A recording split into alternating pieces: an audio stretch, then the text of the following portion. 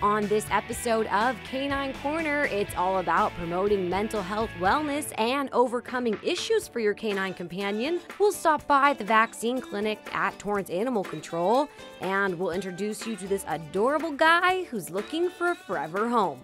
All this coming up right now on Canine Corner.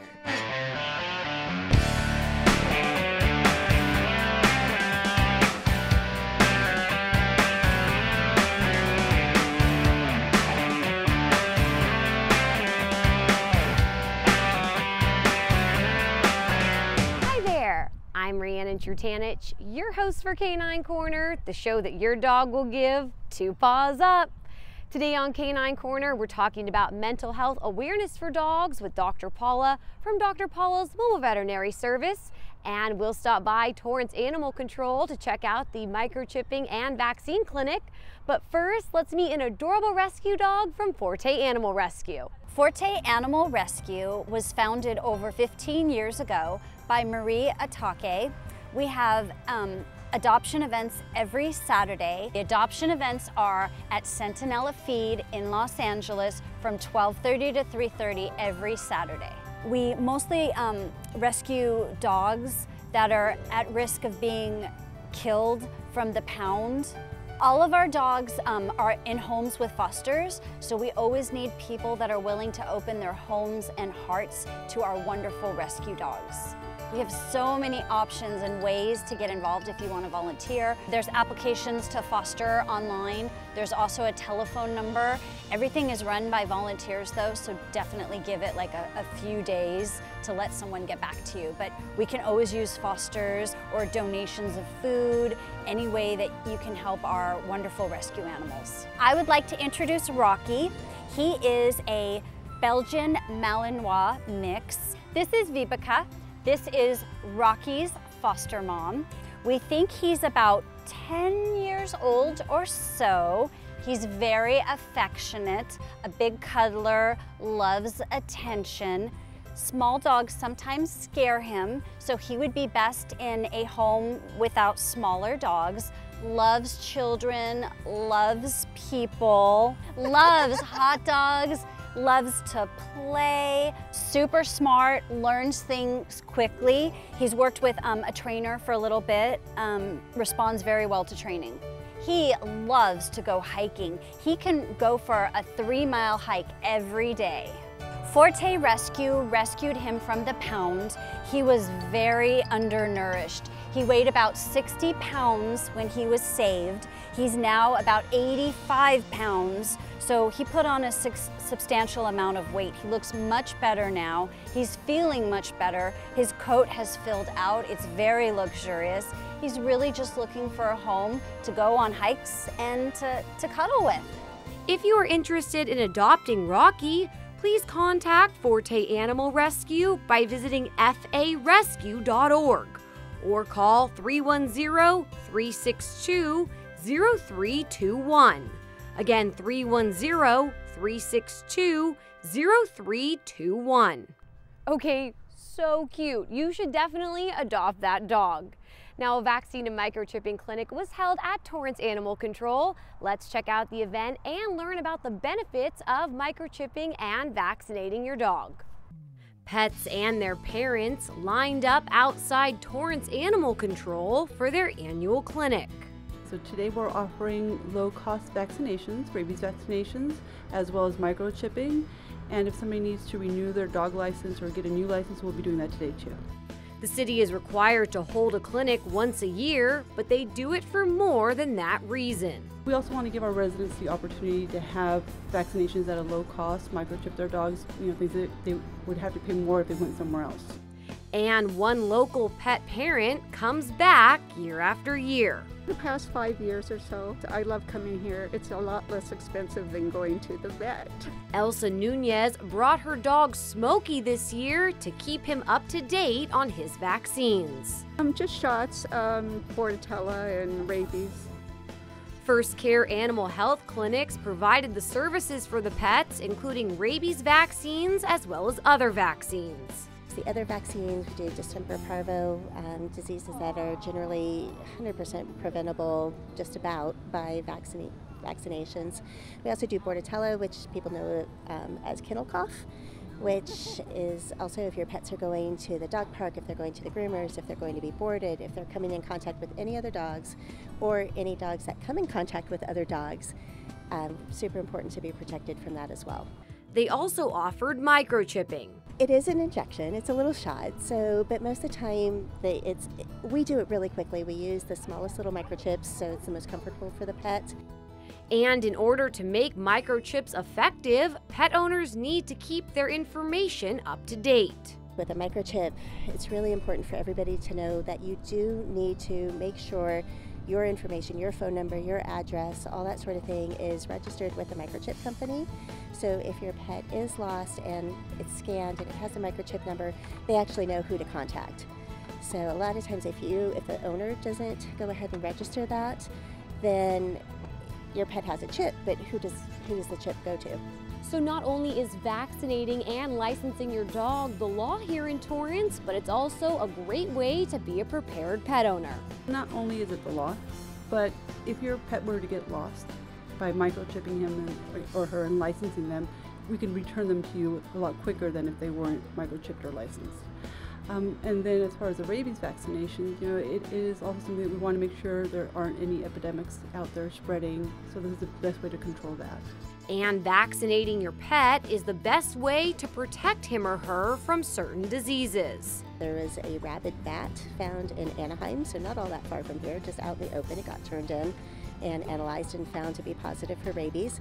So super, super critical for all the pets, dogs and cats, to be vaccinated for rabies. And one pet parent who attends every year encourages local dog owners to bring their canine companions to next year's clinic. Come down, bring your pet. Don't leave your pet unvaccinated. It's not good, it's dangerous. And she's happy the city offers an event like this one. I'm happy that they're here for us. If you missed this year's clinic, check the Torrance Animal Control website for information on next year's clinic. If you need to have your pet licensed, you can visit the Torrance Police Department on weekdays from 7:30 a.m. to 5 p.m. All the licensing is done now at the Torrance Police Department. You come into the department, the second door on the right-hand side is traffic, so we do all the licensing there. You pay for your license, you fill out your application, you get your license chip that same day. It all happens, one-stop shop now for that.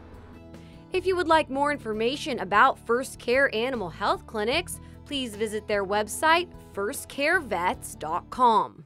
Great info. And if you missed the clinic, don't worry, just check our Facebook page and we'll let you know when the next one is. We're going to take a short break, but don't go anywhere. There's much more doggone fun when we come back.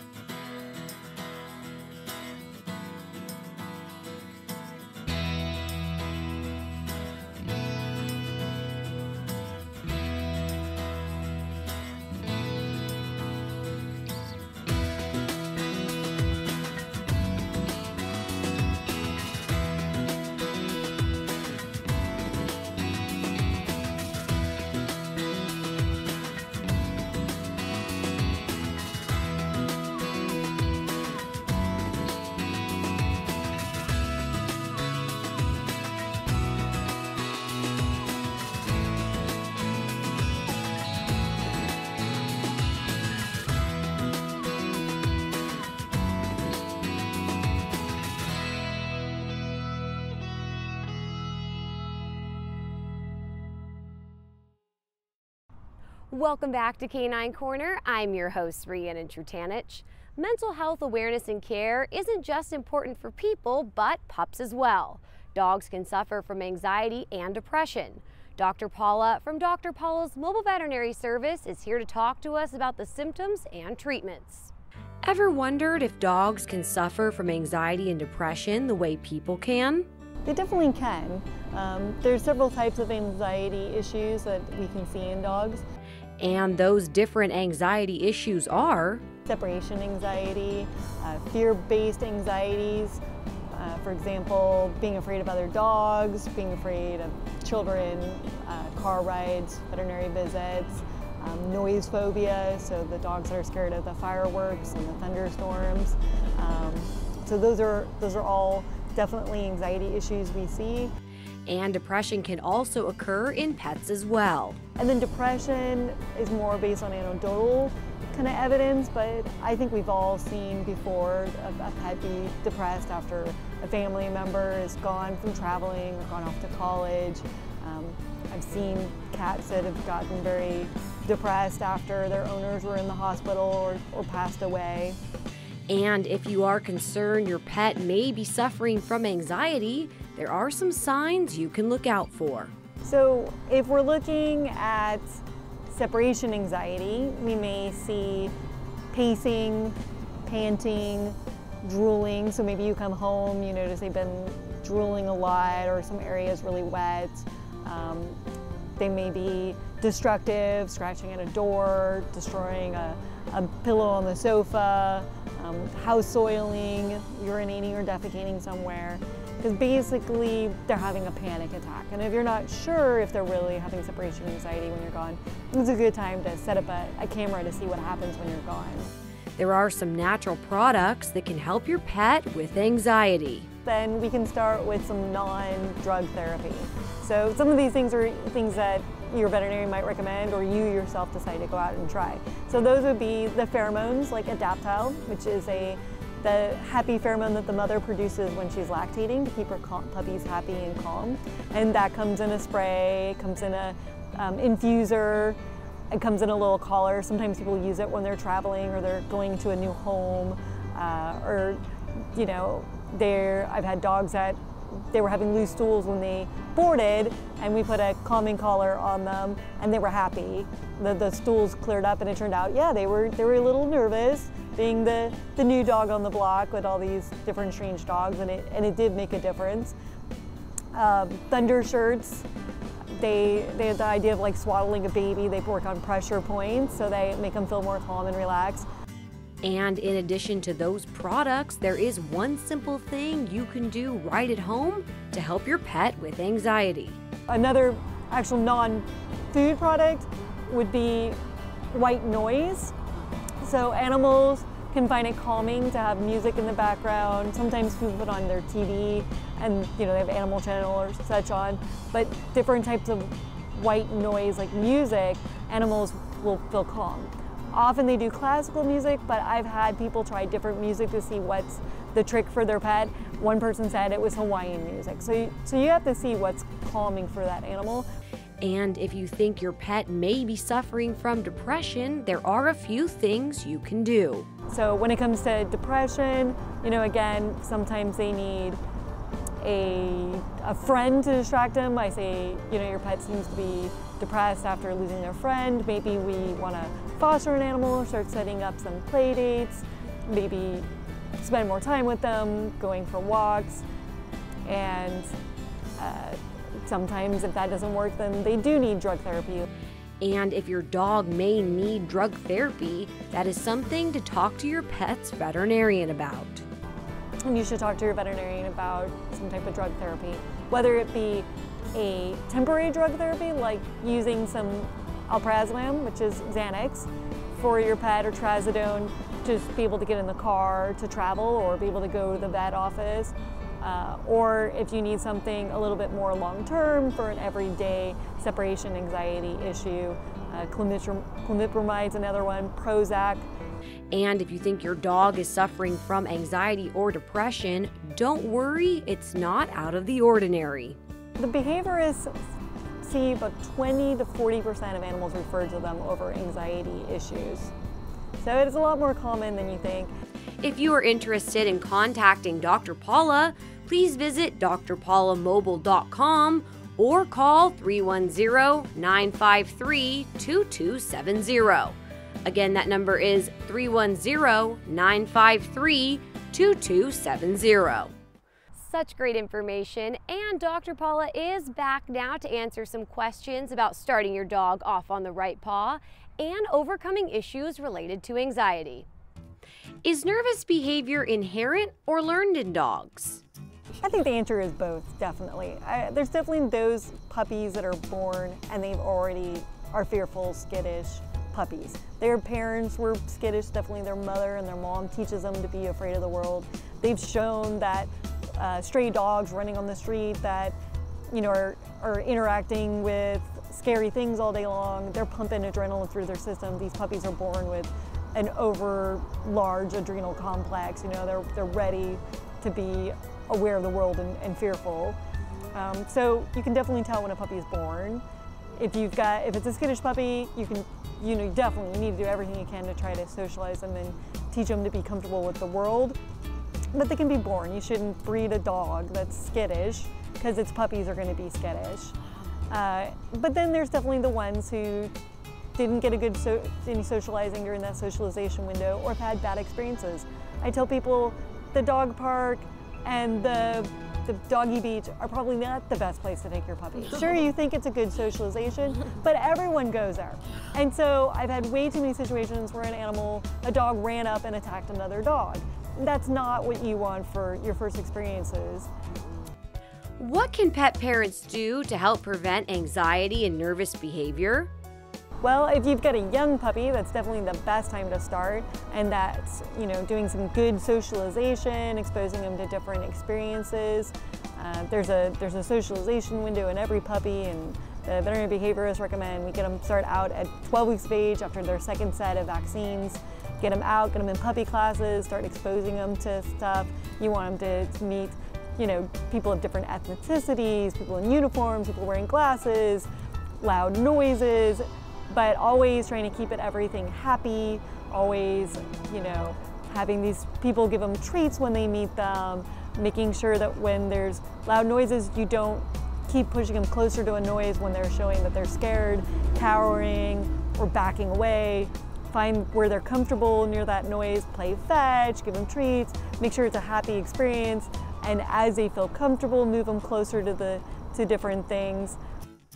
What do you not want to do when your pet does something wrong? You never want to punish them for their behavior.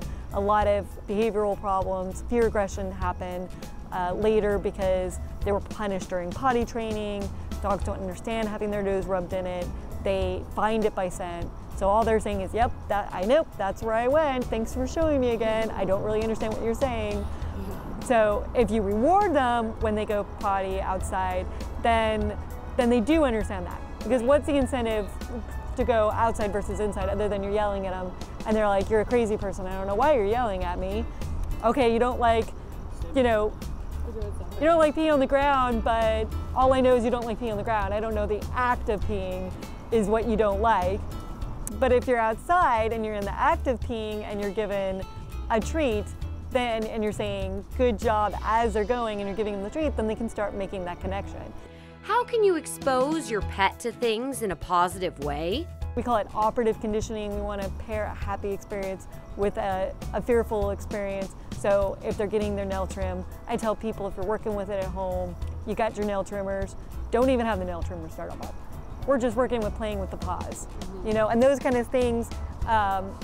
With the socialization, you know, you got a Kleenex in your finger, rub around inside the ears, get them desensitized, be able to brush their teeth with a little toothbrush with peanut butter on it or chicken broth, and just letting them lick it off and get used to it, playing with their paws, wiggling their tails, just getting them desensitized to everything.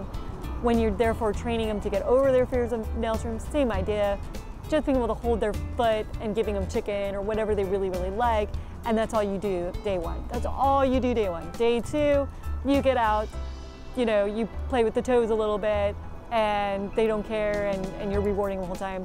Day three, you get out the nail trimmers and they see you have the nail trimmers and you're holding the paw and they're like, good things are still happening.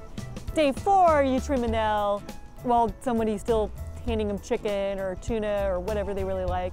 And this is whether it be a cat or a dog. I mean, you can retrain them that it's okay to have something done.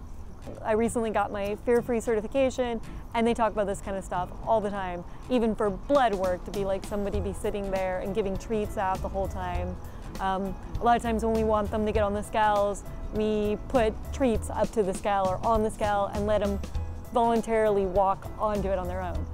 Whether it be a little dog or a cat, it's amazing to watch them like curious enough that they go up on their own to go check it out and eat the treats, and meanwhile we're getting their weight. If you are interested in contacting Dr. Paula, please visit drpaulamobile.com or call 310-953-2270. Again, that number is 310-953-2270. If you have a question, contact us and we'll be sure to get you the right answer. Call us at 310-618-5762 or email us at caninecorner@torranceca.gov.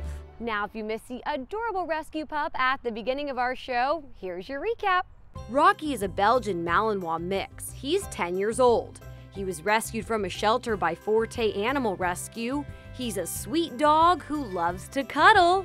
He gets along with people and children.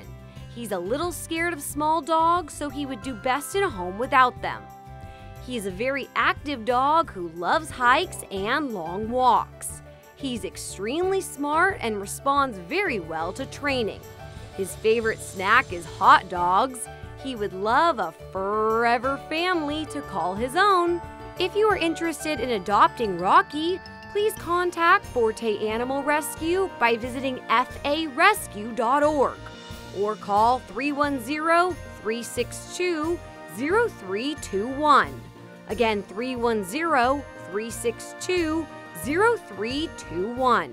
If you want even more Canine Corner or just want to say hello or share an adorable photo of your fur baby with us, we always love to hear from you. Be sure to like our Facebook page and follow us on Instagram and Twitter. That's all the time we have today. Thanks for joining us here on Canine Corner. I'm Riannon Trutanich, and we'll see you next time.